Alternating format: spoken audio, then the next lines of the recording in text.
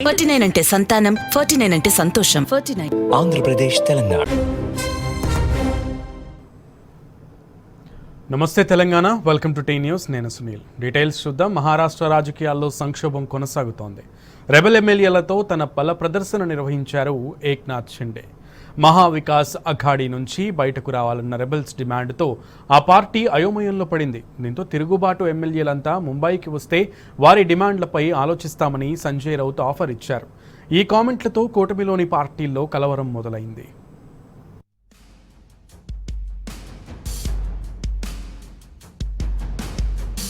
Shiv Sena rebels ఎమ్మెల్యేలు పట్టు వీడడం లేదు. మహావికాస్ అఘాడీ నుంచి శివసేన వైదొలగాల్సిందే అంటూ డిమాండ్ చేస్తున్నారు తిరుగుబాటు ఎమ్మెల్యేలు. గౌహతిలోని రాడిసన్ బ్లూ హోటల్లో 42 మంది ఎమ్మెల్యేలు గ్రూప్ వీడియోలు విడుదల చేశారు. 35 మంది శివసేన ఎమ్మెల్యేలతో పాటు 7 ఇండిపెండెంట్ ఎమ్మెల్యేలు ఈ క్యాంపులో ఉన్నారు.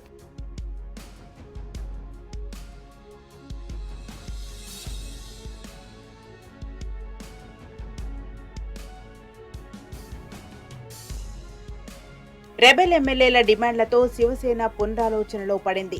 రెబెల్ ఎమ్మెల్యేలు ముంబై వచ్చి నేరుగా సీఎంతో మాట్లాడాలని సూచించారు శివసేన ఎంపీ సంజయ్ రౌత్. ఎమ్మెల్యేలంతా మహావికాస్ అఘాడీ నుంచి బయటకు రావాలని కోరితే దాన్ని పరిశీలిస్తామన్నారు. దీంతో కూటమి పార్టీలు అలర్ట్ అయ్యాయి.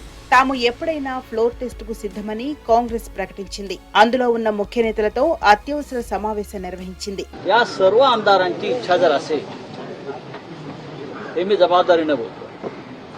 या सगळ्या आमदारांची इच्छा आणि भूमिका असेल की महाविकास आघाडीतून शिवसेनेने बाहेर पडलं पाहिजे आणि एक वेगळा विचार केला पाहिजे.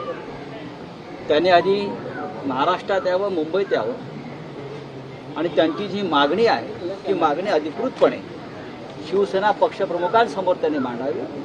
त्यांच्या मागणीचा नक्की विचार होईल, पण आधी मुंबईत यायची हिंमत दाखवा. तिथे बसून तुम्ही पत्रव्यवहार करू नका. तिथे बसून पत्रव्यवहार करू नका. इथे मोबाईलवर, व्हॉट्सअपवर किंवा अन्य ट्विटरवर. आपण पक्के शिवसैनिक आहात. आपण शिवसैनिक असल्याचं सांगताय. आम्ही शिवसेना सोडणार नाही असं सांगताय. पण आमची भूमिका फक्त सध्याच्या सरकारविषयी आहे.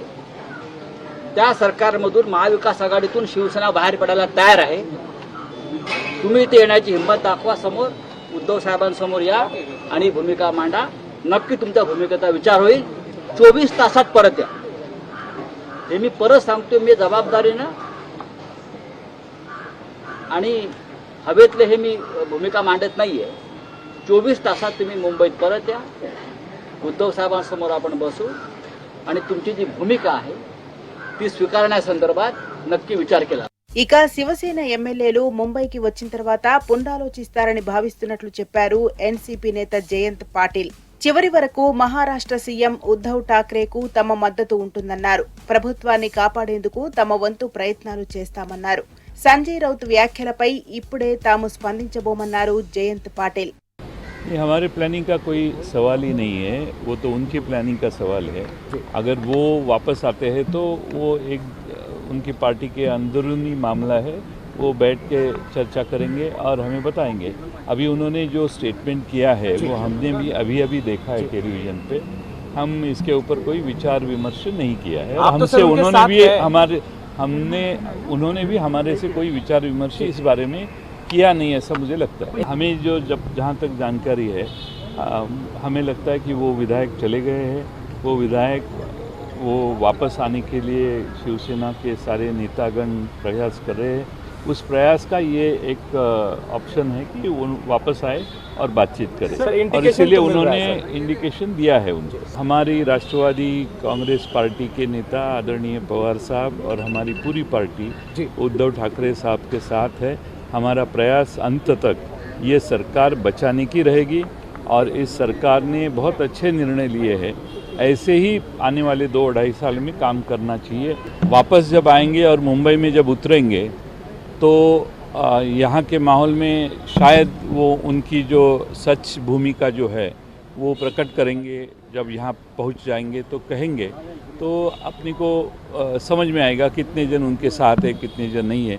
वहाँ दूर से कुछ राज्यपाल महोदय को या सभापति महोदय को कुछ खत लिखते हैं, तो महाराष्ट्र की राजनीति, महाराष्ट्र का निर्णय, महाराष्ट्र का भविष्य महाराष्ट्र में रह के करना चाहिए, गोहत्ती में नहीं, ऐसे हम समझते हैं। అటు కేంద్రంలోని బీజేపీ సర్కార్ ప్రజాస్వామ్యాన్ని బుల్డోజ్ చేస్తోందని మండిపడ్డారు బెంగాల్ సీఎం మమతా బెనర్జీ. రాజ్యాంగ విరుద్ధంగా ప్రభుత్వాలను కూలగొట్టే కుట్రలను చేస్తోందని అన్నారు. రాష్ట్రపతి ఎన్నికల కోసం మహారాష్ట్ర ఎమ్మెల్యేలను కొనుగోలు చేస్తుందని ఆరోపించారు. కేంద్ర దర్యాప్తు సంస్థలను దుర్వినియోగం చేస్తూ నిత్యం ప్రతిపక్ష నేతలను భయపెట్టేందుకు ప్రయత్నిస్తోందన్నారు Mamata Banerjee. Democracy is totally, it is bulldozed by BJP government. I feel sad. It's an unfortunate fact that the federal structure, it is totally demolished by BJP government. There is a presidential election, you will appreciate that. And this BJP government, they have less, approximate more than 1 lakh votes. So they have pick and choose this time to topple the Maharashtra government like a unethical matter, unconstitutional attitude. I'm really telling you that in India, I'm in doubt any democracy works here. Where is the democracy? Where is the justice people are getting? From where? A democratic government, if they bulldoze the democracy, then what will be about justice? గౌహతిలో Shiv Sena rebel ఎమ్మెల్యేలు ఉన్న hotel ముందు high drama నెలకొంది. ఏక్నాథ్ను కలిసేందుకు అసోం హోంమంత్రి హోటల్కు రావడంతో ఉద్రిక్తత నెలకొంది. హోటల్ ఎదుట టీఎంసీ ఆందోళనకు దిగింది. బీజేపీకి రాష్ట్రంలో వరదల కంటే పొరుగు రాజకీయాలే ముఖ్యమయ్యాయని ఆరోపిస్తున్నారు టీఎంసీ నేతలు. ప్రజలను పట్టించుకోకుండా అధికారం కోసం పాకులాడుతుందని మండిపడుతున్నారు. శివసేనను చీల్చింది బీజేపీనేనంటూ నినాదాలతో హోరెత్తించారు. శివసేన రెబల్ ఎమ్మెల్యేల నాయకుడు ఏక్నాథ్ షిండే సంచలన వ్యాఖ్యలు చేశారు. తనకు ఓ జాతీయ పార్టీ మద్దతిస్తున్నదని తనతో ఉన్న ఎమ్మెల్యేలకు ఆయన చెబుతున్న వీడియో లీక్ అయింది. గౌహతి హోటల్లో ఏక్నాథ్ షిండే ఈ విషయాన్ని చెప్పారు. దీంతో శివసేనను చేల్చడంలో సూత్రధారి మోదీ సర్కారేనని స్పష్టమైంది. అటు ఇప్పటికే అవసరమైతే కూటమి నుంచి బయటకు వస్తామని సంజయ్ రౌత్ ప్రకటించిన నేపథ్యంలో ఈ వీడియో లీక్ కావడంతో ఏక్నాథ్ షిండే ఏకైక ఉద్దేశం పార్టీని చేల్చడమేనని తేలిపోయింది.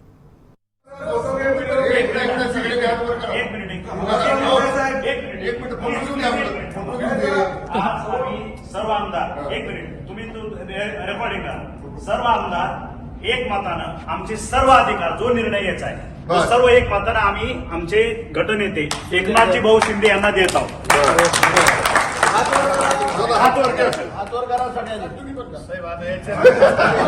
तुम्ही स्वीकारा नेतृत्व आमचे.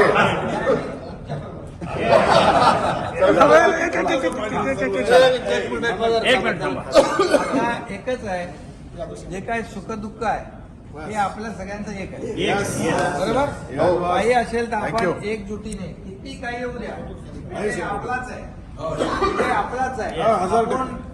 मला तर तुम्ही जे म्हणालात ते नॅशनल पार्टी आहे, ते महाशक्ती आहे, ज्यांनी अख्ख्या पाकिस्तान म्हणजे काय परिस्थिती होती माहित नाही.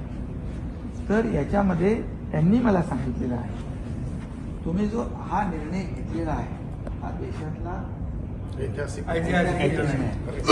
तुमच्या मागे आमची पुरी शक्ती आहे. कुठेही काही लागलं तर कधीही कमी पडणार नाही याची प्रचिती आपल्याला जेव्हा जेव्हा आवश्यकता भासेल तेव्हा तेव्हा सगळ्यांना येईल.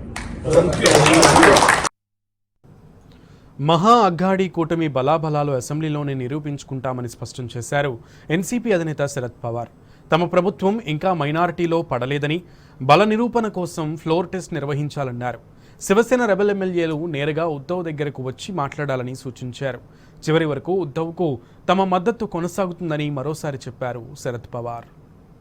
सरकार माइनॉरिटी में है या नहीं ये एस्टेब्लिश करने का रास्ता विधानसभा है. विधानसभा में जब फ्लोर टेस्ट हो जाएगी तो पता लगेगा कि ये सरकार मेजॉरिटी में है. कि जो लोग बाहर गए वहाँ के उनके नेता हैं, उनका कहना है कि वहाँ ये आघाड़ी में हम गए और वहाँ कांग्रेस, राष्ट्रवादी इन फारसी के खिलाफ हमारे मन में एक तरह की नाराज़गी है। ये बात उन्होंने कही, इसीलिए संजय राउत ने जवाब दिया, आपका यही कहना है तो यहाँ आके कहो, हमारे सामने कहो, और आवश्यकता हो तो हम बाहर फिरने के लिए भी तैयार हैं, मगर ये आसाम में बचकर नहीं, ये यहाँ आकर कहने की उन्होंने स्थिति दिखानी चाहिए। దేశం వెలిగిపోతోందంటాడు, మాట్లాడితే అచ్చేదిన్నంటాడు, బ్లాక్ మనీ తీసుకొచ్చి జనం ఖాతాల్లో వేస్తానంటాడు. అన్ని శుష్క ప్రియాలు, శూన్య హస్తాలు. మోదీ చెప్పేవన్నీ పచ్చి అబద్ధాలు. दुनिया के किसी भी देश में हिंदुस्तान का पैसा रखा गया है, पाई वापस लानी चाहिए, नहीं लानी चाहिए, काला धन वापस लाना चाहिए, नहीं लाना चाहिए। काले धन के खिलाफ कड़े से कड़ी कार्रवाई करने के लिए कानून लाने का देश की जनता के सामने विश्वास प्रकट. ఇవి ఎవరో అంటున్న మాటలు కాదు, భారతావని గుండె మంటలివి. ఇక చాలు మహాప్రభో, ఇంటికి దయచేయండని ట్విట్టర్ లోకం రణ నినాదమై గర్జిస్తోంది. #బై బై మోదీ ట్విట్టర్ లో ట్రెండింగ్ లో ఉంది. 33,000 పైచిలుకు రీట్వీట్లొచ్చాయి. నెటిజన్లంతా మోదీ పాలనపై దుమ్మెత్తిపోశారు. బీజేపీ పాలనలో దేశం అధోగతి పాలైందని ఆవేదన వ్యక్తం చేస్తూ వేల కొద్ది ట్వీట్లు పోస్ట్ చేశారు.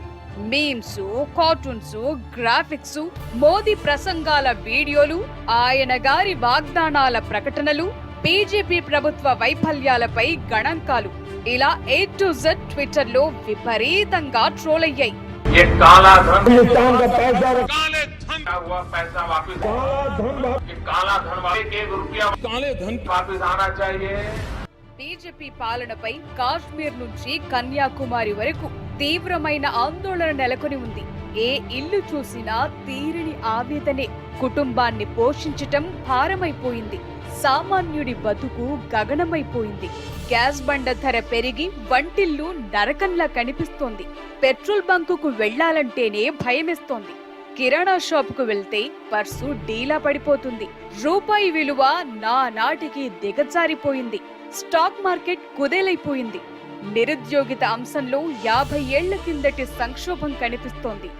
మోదీ ప్రభుత్వం జనం నెత్తిన మోయలేని ధరభారాన్ని మోపింది. ఇష్టారాజ్యంగా రేట్లు పెంచేసి సామాన్యుల జేబులు గుల్ల చేస్తోంది. ఆ మాటకొస్తే దేశంలో ఇవాళ ఏ వర్గము సంతోషంగా లేదు. गरीब है, जो आम जनता जो रोज रोजी रोटी कर रही है, वो जो परेशान है, उसको मोदी क्या दे रहे हैं? हम लोग जनता लोग परेशान हो रहे हैं, खाने के लिए छोटे छोटे बच्चे दूध पीने के लिए दिक्कत हो रही है उनको. मोदी को बोलो जरा कुछ हमारे लिए भविष्य का सोचे. యువతను, కార్మికులను, కర్షకులను, చిరు వ్యాపారులను, పేద ప్రజలను, ఇలా ఒకరేమిటి అన్ని వర్గాలను రోడ్ల మీదకు తెచ్చిన ఘనుడు మోదీ అంటున్నారు నెటిజన్లు. డిమానిటైజేషన్, జీఎస్టీ, నల్ల వ్యవసాయ చట్టాలు, CAA, అగ్నిపథ్ లాంటి మూర్ఖపు నిర్ణయాలు మోదీ నియంతృత్వ పాలనకు అద్దం పడుతున్నాయని మండిపడుతున్నారు. ఏడాదికి 2 కోట్ల ఉద్యోగాలిస్తానని మోదీ మాట తప్పారని యువత తీవ్రంగా ఫైర్ అవుతున్నారు. పకోడీలు వేసుకోవటం కూడా ఉద్యోగమేనన్న మోదీ పలుకులపై వీడియోల రూపంలో వ్యంగ్యాస్త్రాలు విసిరారు. అస్తవ్యస్త ఆర్థిక విధానాలతో దేశాన్ని దివాళా తీయిస్తున్నాడని గణాంకాలను పోస్ట్ చేశారు. మోదీ పాలనలో దేశం అప్పుల భారతంగా తయారయ్యిందన్న ఆందోళన అంతటా కనిపిస్తోంది.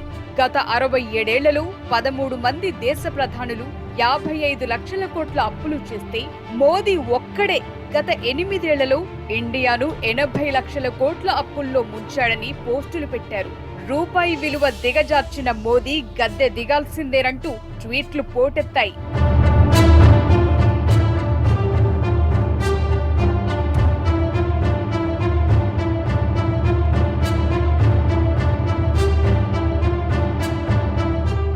అదానీలు, అంబానీల సేవలో తరిస్తోన్న ప్రధాని మోదీ దేశాన్ని, దేశ ప్రజలను పూర్తిగా గాలికొదిలేశాడు.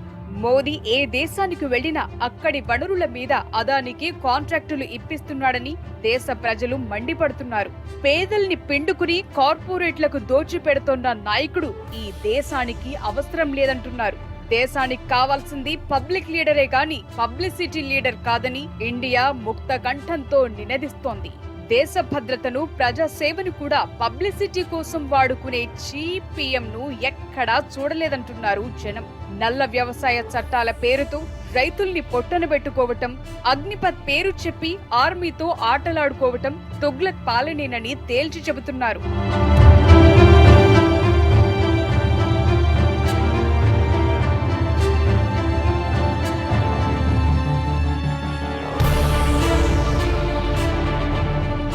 గుజరాతీలకు, అసమ్మదీయులకు దోచిపెడుతోన్న మోదీ ఇతర రాష్ట్రాలను మాత్రం నట్టేటా ముంచుతున్నాడు. 8 ఏళ్లలో మోదీ సర్కార్ తెలంగాణకు చేసింది గుండు సున్నా. తెలంగాణ అభివృద్ధికి కేంద్రం అడుగడుగునా అడ్డం పడుతోందనేది కాదనలేని సత్యం. తెలంగాణ ప్రాజెక్టులకు జాతీయ హోదా ఇవ్వకుండా మోదీ ప్రభుత్వం చూపుతోన్న వివక్షను ట్విట్టర్లో ఎండగట్టారు జనం. కాజీపేట రైల్వే కోచ్ ఫ్యాక్టరీ ఎక్కడని ప్రశ్నించారు.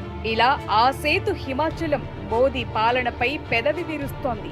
దేశాన్ని తెగనమ్ముతోన్న బీజేపీ విధానాలు భావి తరానికి పెను ప్రమాదమని దేశ ప్రజలు హెచ్చరిస్తున్నారు. మోదీ తక్షణమే దిగిపోవాలని ట్విట్టర్ వేదికగా డిమాండ్ చేస్తున్నారు.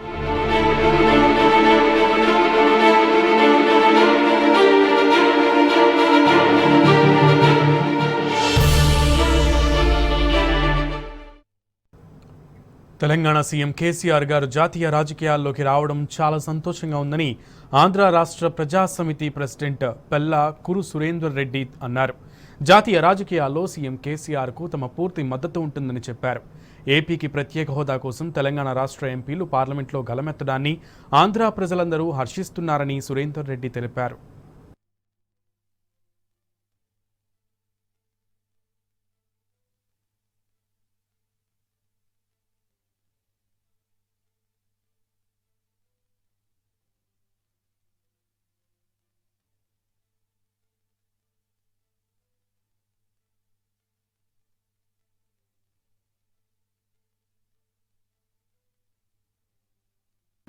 కేసీఆర్ గారు ఆంధ్ర ప్రాంతానికి నేను వస్తున్నాను, జాతీయ స్థాయి రాజకీయాల్లో ఉంటాను అని అంటున్నారు. మేము ఖచ్చితంగా స్వాగతిస్తున్నాం. ఆ స్వాగతించే అర్హత కూడా మాకే ఉంది. ఎందుకంటే ఇది ఒక ఉద్యమ రాజకీయ వేదిక. ఎందుకు ఆహ్వానిస్తున్నామంటే ఈరోజు మా ప్రాంతంలో తెలంగాణ కంటే కూడా ఎక్కువ వనరులు ఉన్నాయి. కాకపోతే ఈరోజు కేంద్రంపై పోరాట పటిమ కలిగిన నాయకత్వం అయితే లేదనే చెప్తున్నాం నిర్దాక్షిణ్యంగా. అది ఏ కారణాలైనా కావచ్చు. ఈరోజు ఇటువంటి డైనమిక్ లీడరు ఖచ్చితంగా ఆంధ్ర ప్రాంతంలో నేను ఉన్నాను అని వస్తే సుస్వాగతం. మా ద్వారా ఆంధ్ర ప్రాంత ప్రజలు కూడా ఈరోజు కేసీఆర్ గారిని గుర్తుపెట్టుకునే ఒక ఇష్యూ, ఆ రోజుల్లో ప్రత్యేక హోదా ఆంధ్రాకి కావాలనే విషయంలో తెలంగాణ రాష్ట్ర సమితి ఆ రోజు సుదీర్ఘంగా పార్లమెంట్లో చర్చ జరపడం జరిగింది. అంటే ఆంధ్ర ప్రాంతం మీద వీళ్ళంతా అనుకున్నట్టు వ్యతిరేకత అనేది కేసీఆర్ గారికి కావచ్చు, ఇక్కడ తెలంగాణలో ఏ రాజకీయ పార్టీకి లేదు. కాకపోతే ఈరోజు మంచి ఆపర్చునిటీని మేము స్వాగతిస్తున్నాం. ఈ దక్షిణాది రాష్ట్రాల్లో అయితే ఖచ్చితంగా వివక్ష ఉంది. ఈ వివక్షని ఎదుర్కొనే ఒక డైనమిజం కోసం మొత్తం దేశవ్యాప్తంగా ప్రజలు ఎదురు చూస్తున్నారు. ఈ నాయకత్వంలో మేము ఖచ్చితంగా ఆయన్ని మా పక్క రాష్ట్ర సోదరుడు కాబట్టి ఆహ్వానిస్తున్నాం. ఒక ప్రత్యామ్నాయ వేదిక అయితే భారతదేశంలో ఏర్పాటు కావాల్సిన తరుణం ఆసన్నం